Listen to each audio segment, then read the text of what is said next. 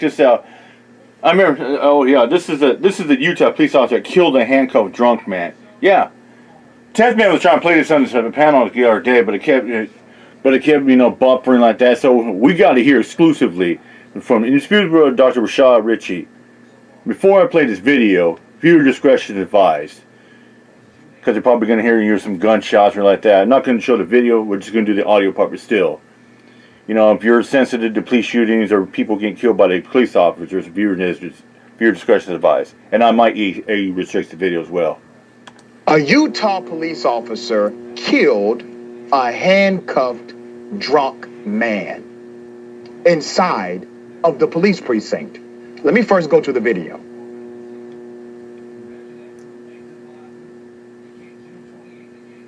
There's a gun in my shoe.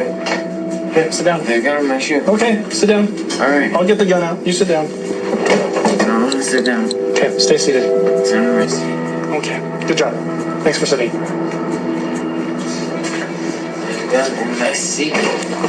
Stay down. Okay. Stay seated. Alright? You don't want to fight with me. You definitely don't want to fight with this guy. Just sit your ass and stay. Okay? You're not letting me go. No, we're not letting you go. We told you it'll still be a few minutes before you can go anywhere. For what? Before we go to jail.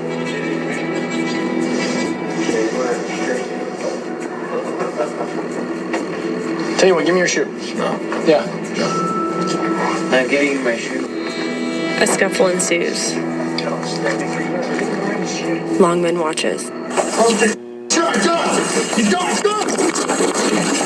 You're about to die, my friend! Let's go!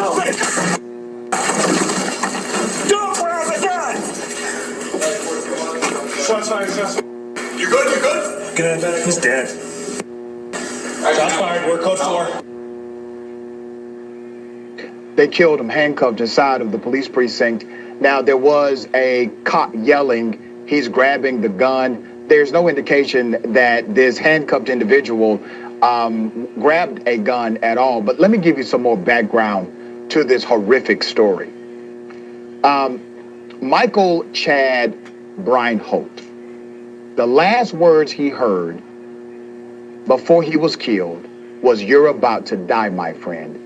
That was the quote from the police officer. "You're about to die, my friend." Then a West Valley City Police Sergeant pulled the trigger. There's more. With his hands cuffed behind his back, he briefly wrestled with 2 officers. You saw that? One screamed that Breinholt was grabbing his holstered gun. Once again, we have no indication he was successful in doing any of that. Sergeant Tyler Longman rushed into the room. This person was not even involved in the altercation. Sergeant Tyler Longman rushed into the room and made his declaration and fired. Let's put a picture of Sergeant Longman on the screen. That's him. That's him. Look at him. Take a good look at this guy. This individual has already killed 3 people in the line of duty. 3 people. Shot at 3 people. He has killed 3 people. Let those sink in, ladies and gentlemen. That sergeant killed 3 people. His killings. Now, I want to remind you that well over 90% of police officers will go throughout their entire career and never even have to use their gun. Exactly. 99% never have to use their gun fatally. This man literally has killed 3 people while serving as a police officer in that division.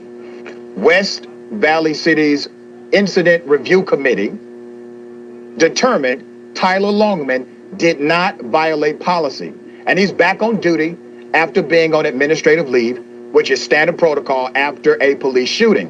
His actions are also defended by Utah's Fraternal Order of Police. Of course, and I'll stop that video for a second. Of course, that they're going to be defending. That's what that's the motive about the Blue Line brother, man. Thin Blue Line. They're going to fucking back each other.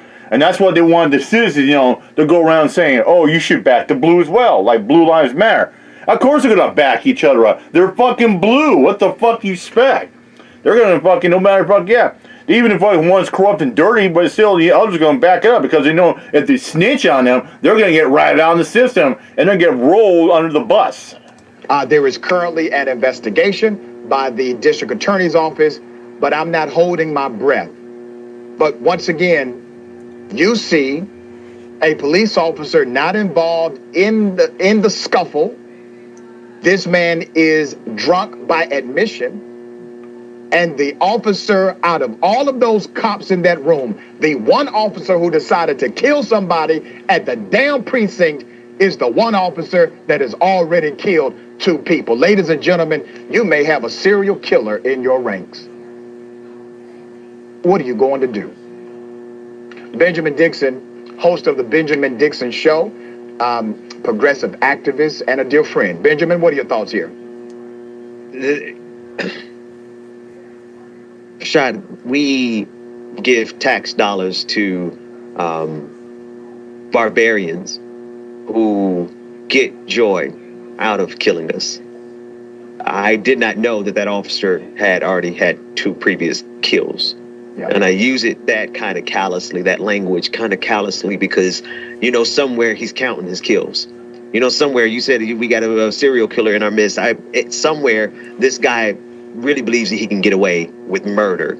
And he's all because he wears a fucking, he has a gun and a badge and a blue uniform. The expectation that they're going to deliver us justice and protect and serve. And he probably was motherfucker said, whoops, another one for the good guys. When they look at something like this, do they not look at it like we look at it? And here's how I see it. Now, I'm a layman. I'm not a cop. Don't want to be the popo. But when I look at something like this, I said, wait a minute. I counted at least 4 police officers, probably more, inside of that precinct.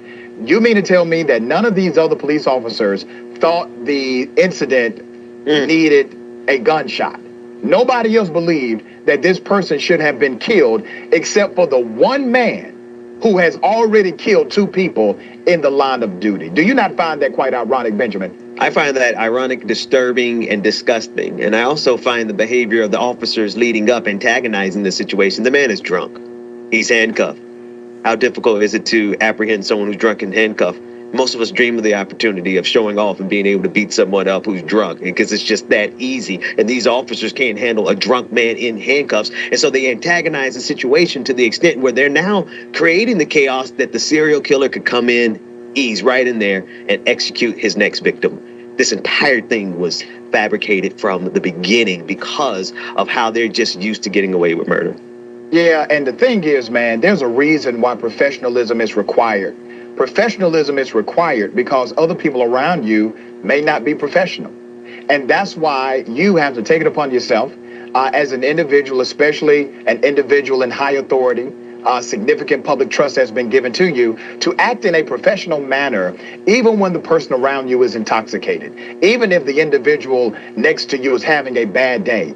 It is still your responsibility to act and maintain professionalism in light of all of that. Easily, if the life of this individual would have been top priority, there are 1,000 ways to handle this better. And I know people will come at me and say, well, Rashad, this was justified because there was a scuffle. This is the police. The man was in handcuffs. Just think about this. Even if you accept the narrative of the other cop, and please understand that he knew what to say before he killed him. Okay? Understand that, first of all. But even if you believe his narrative that somehow the person was reaching for a gun, he's in damn handcuffs. He's in handcuffs. What is he going to do? And the holstered gun is holstered. You have to take the lock off. If you know anything about a police holster, you know you have to unlock. No, the drunk man is in handcuffs. He has behind his back. What's he gonna do? When your hands behind your back, the use of your arms and your hands is pretty minimum. That this at was minimum. one cop out of a sea of cops, and the one cop who did it happens to be the only cop that got 3 killings on his record now. Amazing. Amazing. What do you think is going to happen beyond this? The DA says they're looking into it. Investigation is pending. What are your thoughts about what may happen? Yeah, no, I think that yet again we may find that it is very easy for cops to get away with murder because the system is structured to keep them from being ever held accountable for what they do. Dr. Ritchie, that's the thing. They can brag about this because they get away with it. So my fear is that that will repeat itself. My hope is that we could do better. Yeah. Exactly. You know, dude, the cops get away with so much fucking shit. I mean, they get away with fucking rape. They get away with fucking planting evidence. They get away with fucking lying. They get away with murder like that. You know, the old saying is, you know, oh, you should never lie to a cop or you get charged like that. But the cops lie all the time. They plant evidence. They fucking rape women and children all the time. They plant drugs like that.